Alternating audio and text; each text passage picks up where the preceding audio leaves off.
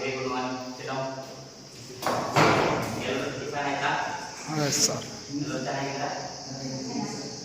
ವಿದ್ಯಾರ್ಥಿಗಳೇ, ನಾನು ಈ ದಿನ ಪಾಠವನ್ನು ಶುರು ಮಾಡೋದಕ್ಕಿಂತ ಮುಂಚೆ ತಮಗೆ ಕೆಲವೊಂದಿಷ್ಟು ಪ್ರಶ್ನೆಗಳನ್ನು ಕೇಳಲು ಇಷ್ಟಪಡ್ತೀನಿ.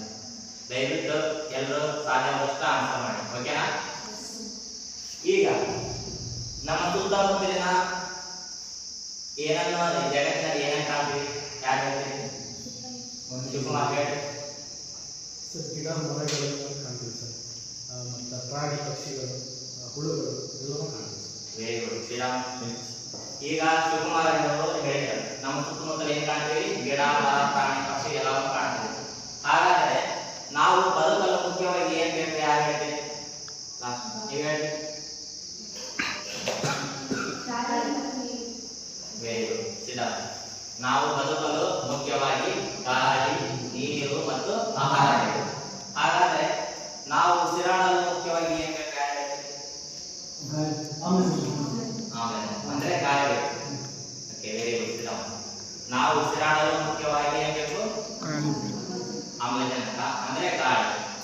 ಹೀಗಾಗಿ ನಾವು ಉಸಿರಾಡಲು ಮುಖ್ಯವಾಗಿ ಗಾಳಿ ಬೇಕಂತ ನೀವು ಹೇಳಿದ್ರಿ. Very good. ಹಾಗಾದ್ರೆ ಗಾಳಿ ಎಲ್ಲಿಂದ ಬರುತ್ತದೆ? ಯಾರು ಹೇಳ್ತೀವಿ? ಗಿಡ ಮರ ವೆರಿ ಗುಡ್.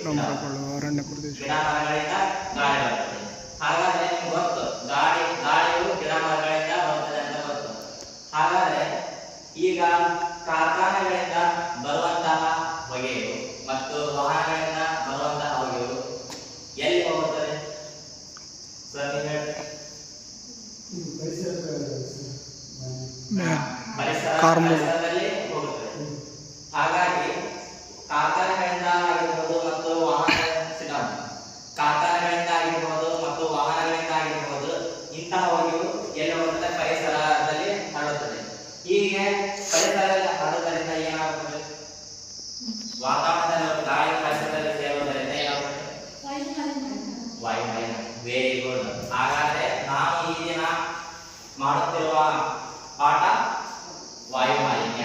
Very good.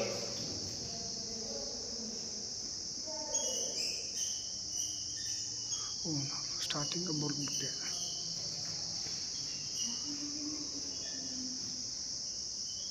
ಅದರಲ್ಲಿ